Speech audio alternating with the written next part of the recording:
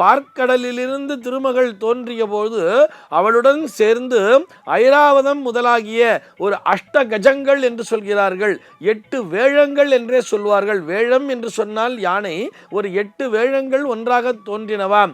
ஆக மகாலட்சுமியோடு இணைந்து தோன்றியதால் இந்த யானைகளும் மகாலட்சுமியினுடைய அம்சத்தை பெற்றிருக்கின்றன.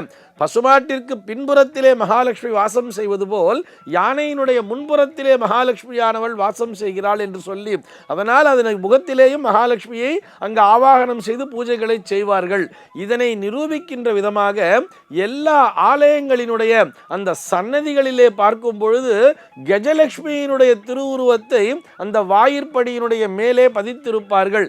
நிறைய ஆலயங்களிலே நாம் பார்க்கலாம். அதுவும் புகழ்பெற்று மிகவும் செல்வ வளத்தோடு கூடிய ஆலயங்கள்லாம் பார்த்தோம்னா அந்த ஆலயத்தினுடைய சன்னதியினுடைய வாயிலேயே அந்த கஜலட்சுமின்னு சொல்றா இல்லையா, கஜலட்சுமின்னு பார்த்தோம்னா நடுவில் லட்சுமியும் இருபுறமும் 2 யானைகள் பூஜிப்பது போல ஒரு உருவத்தினை செதுக்கி இருப்பார்கள் அல்லது பதித்து வைத்திருப்பார்கள். இப்படி யானைக்கும் மகாலட்சுமிக்கும் தொடர்பு என்பது உண்டு. யானை என்பது செல்வ வளத்தையும் குறிக்கிறது என்பது போல அந்த தாத்பரியத்தையும் முன்வைத்தார்கள்.